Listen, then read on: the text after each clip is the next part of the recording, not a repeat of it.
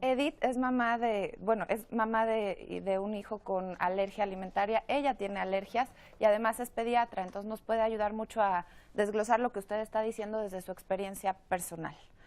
Buenos días, mi nombre es Edith Medina.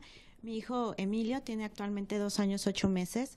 Él, desde que nació, prácticamente nosotros sabíamos que iba a presentar alguna alergia, puesto que mi esposo y tanto yo somos alérgicos. Yo también tengo alergia alimentaria, alergia ambiental.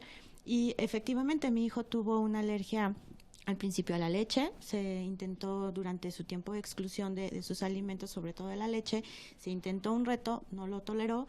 Volvió a presentar ahora otro tipo de alergias, tiene alergia alimentaria múltiple y sí, en efecto, son niños muy dinámicos, son niños muy inteligentes, con cierto retraso a veces psicomotor en algunas situaciones, pero son niños que extrañamente son muy muy vivos y se dan cuenta ellos mismos también de sus problemas. Si nosotros intentamos darle a la veces un alimento que le cae mal, bueno, ellos lo rechazan inmediatamente y nosotros tratamos de dárselo porque ¿cómo te va a caer mal? O sea, a todos los niños les cae bien y caemos a veces en ese error. Pero cuando llegamos a un diagnóstico como tal, que el niño realmente tiene una alergia alimentaria, su vida cambia en su cuestión de su ambiente y también en la cuestión es apoyo familiar. El apoyo familiar de todos es algo trascendental en su alimentación. El doctor le quiere hacer una pregunta. Sí, perdón, nada más, Nora, déjame aclarar, porque en su caso es importante decir que ella forma parte de la unión de padres con alergias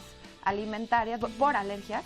Entonces, ahí tiene mucha información. Ella habla de que desde que nació el niño, ellos ya estaban informados por ser pediatras y por pertenecer a este grupo.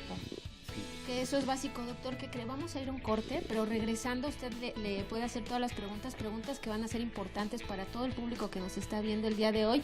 Le pedimos que se quede con nosotros y si tiene dudas, están las redes sociales y las líneas telefónicas. Vamos a un corte.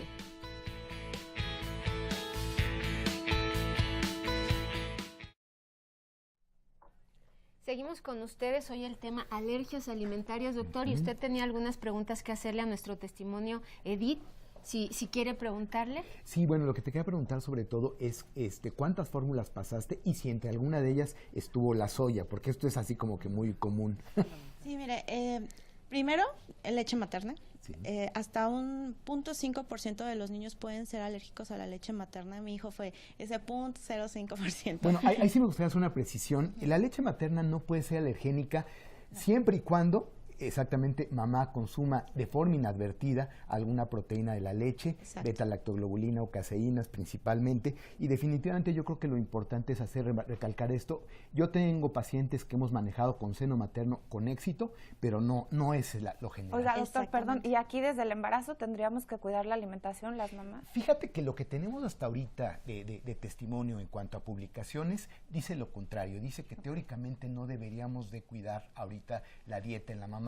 Sin embargo, yo creo que prudencia. Si tienes un hijo alérgico y vas a tener un segundo hijo, yo lo cuidaría particularmente, aunque la bibliografía es en contra de.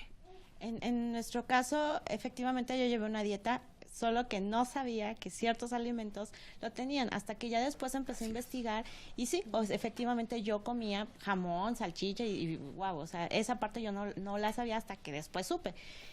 Pasamos por extensamente hidrolizadas 4 meses, el niño volvió a tener síntomas y empezamos ya con las elementales. Sí. Ya con las elementales, bueno, con él ya no tuvimos tanto problema. Intentamos un reto, se intentó soya, hizo alergia a la soya y posteriormente regresamos a las elementales. Pero ¿probaste fórmula de soya en el Inter? No, ya cuando se empezó a hacer su reto, como no toleró el reto a la leche, entonces al año de edad se intentó soya, pero hizo una reacción cruzada con soya y entonces también se hizo alérgico a la soya, regresamos nuevamente a elementales y volvió a presentar reacción. Perdón, nada más una cosa. Sí. Están diciendo soya como si estuviera comiendo el niño los frijolitos de soya. No, y las preparaciones que dicen de soya tienen otra serie de elementos químicos. Entre ellos pueden tener glutamato de calcio. Y eso es lo que se hace. No son alérgicos a la soya, al frijolito, sino a los componentes que se le agregan en muchas ocasiones a los productos industrializados y se les agrega, por ejemplo, glutamato. Creo que Tere, ¿quieres acotar algo aquí? Sí, yo quisiera aclarar algo importantísimo. Yo hasta hace un año que fui a un curso de la Liga Internacional de Nutrición contra el Autismo, quienes me han dado todo el conocimiento de mi enfermedad y de mi problema. Ellos me dijeron específicamente por qué no utilizar soya. La molécula de la soya en su proteína tiene algo parecido al trigo. Entonces tiene el organismo, con que se acerque una molécula parecida a lo que tú tienes sensibilidad, te puede producir en el organismo ya tu reacción. Sería ¿Tan una pequeña? sensibilidad cruzada. Sí, exacto. Esa es la explicación y eso tengo sustento por estas personas. Otra cuestión es la cuestión del glutamato. El glutamato, en la generalidad de mi experiencia y de lo que yo he aprendido a través de mí misma, que soy un testimonio y además nutrióloga y además tengo pacientes cualquier cantidad con mi problema, hagan de cuenta que fui selectiva y de ahí llovieron todos a mi consultorio por casualidad o por diosidencia. Ellos, el glutamato monosódico, igual que cualquiera de nosotros, en nuestro organismo al metabolizar el glutamato monosódico puede, si tú eres sensible a, por eso tengo que ser tan específica, porque somos únicos. Para mí cada uno de mis pacientes es único, porque cada uno tiene diferentes síntomas, diferentes manifestaciones y puede ser sensible y entonces excita al cerebro con un comportamiento inadecuado.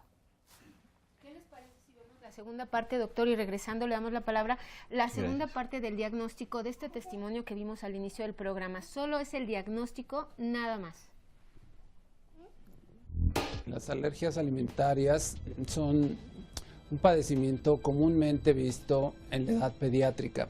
Es más común observarlas cuando el paciente es menor de 1 año y predominan determinados tipos de alimentos que en esta edad empiezan a administrarse. Los más comúnmente observados relacionados a alergia a alimentos son la leche, el huevo, los alimentos con soya, el trigo, pudiera ser también los pescados y los mariscos, y en etapas más tardías generalmente se observa el cacahuate, las nueces y algunas otras semillas. O sea, la primera prueba diagnóstica definitivamente es la sospecha clínica, suspender el alimento agresor y observar la mejoría del paciente. Esto se llama prueba de reto, y donde el alimento vuelve a ser introducido al paciente y volvemos a veces a reproducir los síntomas con los cuales llega el paciente al consultorio.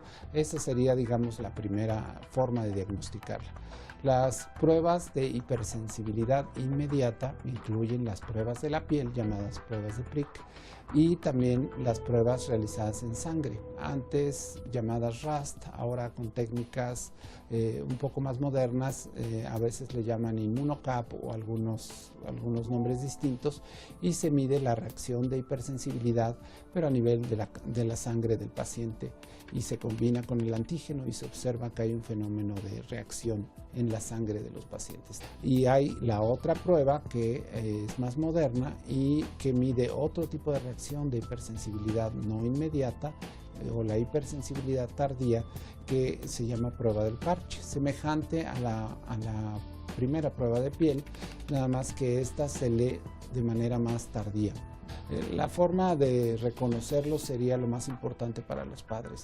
Aquellos padres que observen que al contacto con determinados alimentos los niños empiecen a manifestar síntomas que previamente no tenían, ese es el primer dato de sospecha. Y en el caso de que se presenten estos datos, acudir con el médico de manera temprana.